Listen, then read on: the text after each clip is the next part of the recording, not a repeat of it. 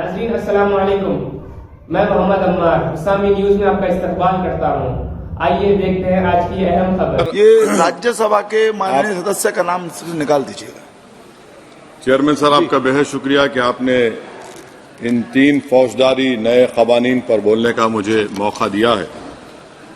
Sir, मैं शुरुआत में इस शेर से आगाज करता हूं अपनी बात का कि हमको शाहों की अदालत से तवक्को तो नहीं, आप कहते हैं तो जंजीर हिला देते हैं।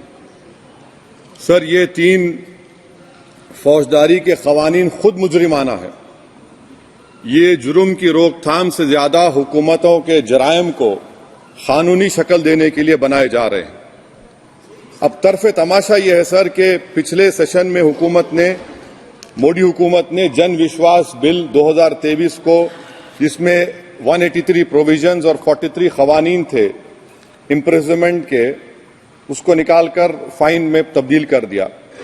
उसमें ड्रग्स एंड कॉस्मेटिक्स एक्ट को भी तरमीम की गई और सजा के बजाय सबस्टैंडर्ड ड्रग्स के लिए आपने फाइन ला लिया। तो मैं ये बोलना चाहूंगा सर कि सबस्टैंडर्ड ड्रग्स के मैन्युफैक्चर के लिए आपने जेल के बजाय फाइन उसमें तब्दील कर दिया तरमीम करके।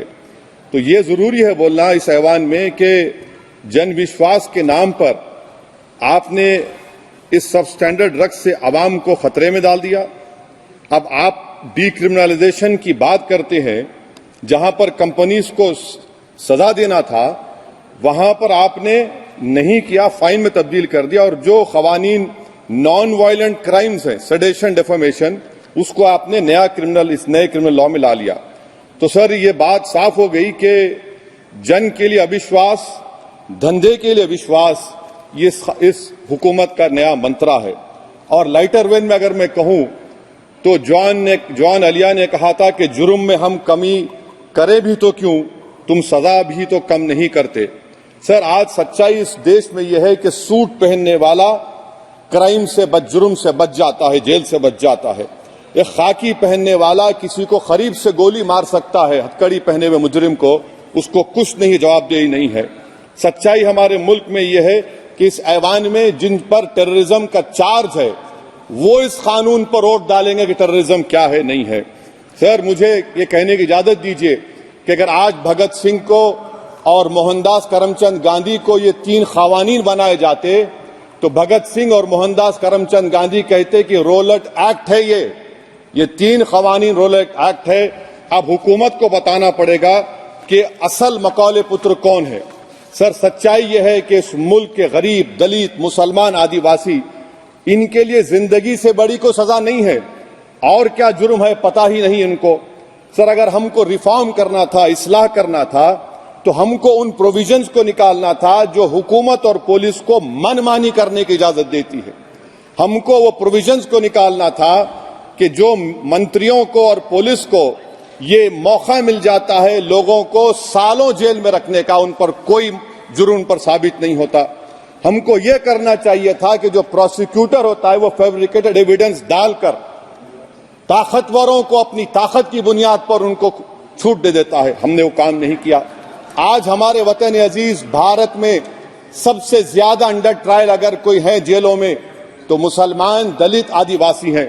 सर, इनका कन्विक्शन रेट देख लीजिए आप। एनसीआरबी का डेटा है 2017 से 21 का, 20% अंडर ट्रायल मुसलमान है, 16% कन्विक्शन है और मुसलमानों की आबादी 14.2% है। प्रिवेंटिव डिटेंशन यदि जिसको इस्तेमाल किया जाता है जुडिशियल प्रोसेस को सबवर्ट करने के लिए और फेयर ट्रायल को सबवर्ट करने के लिए, आज भारत की जेलों में 30% डेटेन्यूज मुसलमान हैं।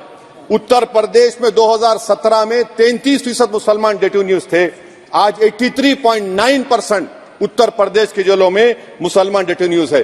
सर, एक और मिसाल दे रहा हूं, CSDS की रिपोर्ट है, थिंक टैंक है बहुत बड़ा, जो कहता है कि they have found substantial prejudice against Muslim the police force. Bihar, Maharashtra, Uttarakhand, Jharkhand, 2/3 of the surveyed police personnel believe that Muslims were more inclined to violence than members of the communities. ये empirical evidence है। इसी रिपोर्ट में कहा गया कि 35% जिन police के अहदेदारों का सर्वे किया गया उन्होंने मॉब वायलेंस को नेचुरल करार दिया, खास तौर से उन केसों में जहां पर काउ स्लॉटर होता है। सीजेपीएपी का इन्वेस्टिगेशन रिपोर्ट है सर कि कोविड-19 के दौरान जिन लोगों 25% मुसलमानों का अरेस्ट किया गया था, ये बायसनेस नहीं है तो क्या है। मध्य प्रदेश में मुसलमान 7% के करीब है और 21% मुसलमानों का नाम सर एफआईआर में डाल दिया गया था।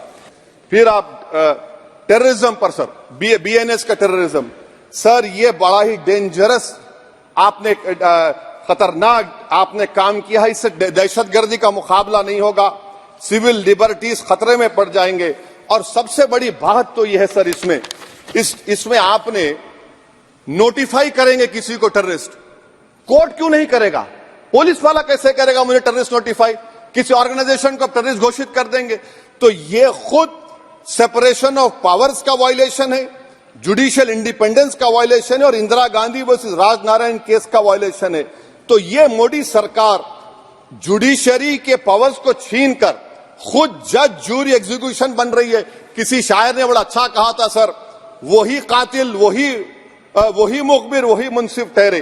सर मैंडेटरी वीडियो रिकॉर्डिंग आपने कहा कि जिस जगह पर इस प्लेस पर सर्च होता है वीडियो रिकॉर्डिंग की, मैं ये कहता हूं कि जब मेरा अरेस्ट होगा वीडियो रिकॉर्डिंग करिए, क्यों नहीं करते आप?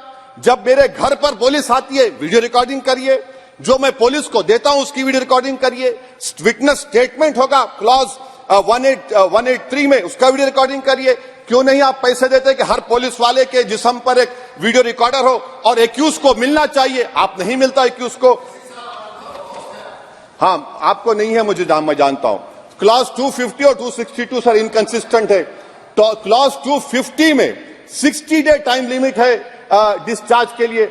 अगर एक्यूज को कागज नहीं मिलता है, हम सब जेल में गए, मैं कई मर्तबा जेल में गया हूं, ससुराल में इतना नहीं गया जितना जेल को जाने का मुझे मौका मिला, चाहे कांग्रेस की तेलुगु देशम की हुकूमत रही है। ससुराल कहते हैं कुछ लोग। क्लॉज 262 है, क्लॉज 262 में डिस्चार्ज एप्लीकेशन है, वो फ्रेमिंग ऑफ चार्जेस के बाद डाल सकते हैं। ये it defeats the purpose. What is the discharge application which is to prevent police from using delay tactics? Discharge always precedes framing of charges. आप मैं उस वक्त तक डिस्चार्ज नहीं डाल सकता जब तक कि वो नहीं होगा। अच्छा क्लॉज 251 263 देखिए sir, time limits for framing of charges in cases of session trials 60 days of first hearing charges, warrant charges should be 90 days। मगर आपने क्या किया, होशियारी देखिए, बर्बाद करने का कहानी। 193(9) डाल दिया आपने। Can it prescribes a 90-day time limit for further investigation? For further investigation, what will happen when supplementary charge sheet are put? Will the accused be acquitted? क्या मुझे छोड़ देंगे आप? क्या कोई time like this is a dead letter? यानी आप तो पूरे का पूरा सिविल राइट्स लिबर्टीज बोलिए सब छीन ले रहे। अच्छा सर, इसमें आपने लिंचिंग का एक कानून बनाया बीएनएस में, सेक्ट क्लॉज 103 में। अब आप इसमें देखिए सर, लिंचिंग कब हो सकता है?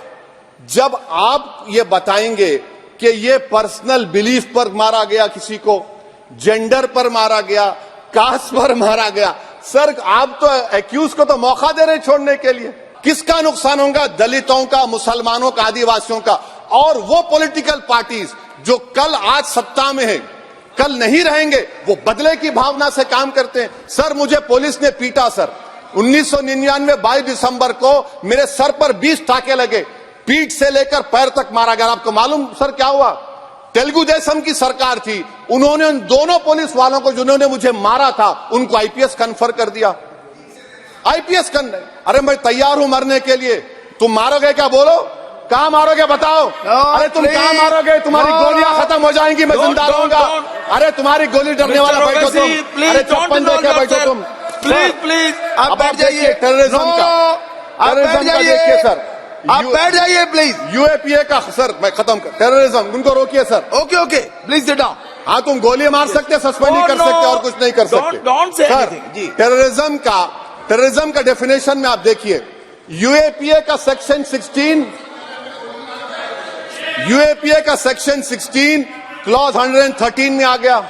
यूएपीए का सेक्शन 15 क्लॉज 131 में आ गया। देख लेंगे उसको, देख लेंगे। यूएपीए का आपत्तिजनक अंश निकाल दिए जाएंगे। यूएपीए का क्लॉज 18 113(4) में आ गया। यूएपीए का क्लॉज 18 113(3) में आ गया। यूएपीए का क्लॉज 20 113(5) में आ गया। यूएपीए का सेक्शन 19 113(6) में आ गया। अरे भाई साहब फिर क्या बचा है? आप यूएपीए से, मकोका से, गुजरात कोका से पीएमएलए सब ला लिए। तो स्पीकर सर, मैं अपनी बात को खत्म करने से पहले मैं उम्मीद कर रहा था कि मैंने वजीर दाखिला का एक स्टेटमेंट सुना था अमित शाह साहब का कि जब गुजरात के होम मिनिस्टर थे तो उन पर जुल्म किया गया, उनको दबाया गया। मगर हम ये समझ रहे थे कि जिस शख्स पर नाइंसाफी हुई है, जो वो क्लेम कर रहे हैं, तो कम से कम वो दूसरों से नाइंसाफी तो नहीं करेंगे। आप क्या कर रहे हैं? अरे ऐसे हजारों लोग हैं जिन पर जुल्म हो रहा है, ना उनके पास दलील है, ना उनके पास वकील है, ना उनके पास आजादी है। तो ये तीन सर मैं आखिर एक लव ये तीनों कवानीन हमारे मुल्क की जमहूरियत के लिए, इन गरीब तबकात के लिए नुकसानदेह साबित होगा। और ये सरकार को मैं चार्ज दे रहा हूं, आप चेक रिपब्लिक में निखिल गुप्ता बैठा है, लेके आओ ना उसको। कुलभूषण यादव पाकिस्तान में बैठा है, लेके आओ ना। कतर में हमारे फौजी बैठे, लेके आओ ना उनको। अरे कहां तुम्हारी देशभक्ति है? अरे निखिल गुप्ता को लाओ, इस कानून में इस्तेमाल करो। मगर वो नहीं बोलेंगे। मैं इस कानून के मुखालिफत में खड़ा हूं जो भारत की जमहूरियत के लिए खतरा बनेगा। शुक्रिया सर। श्री पुष्पेंद्र सिंह चंदेल।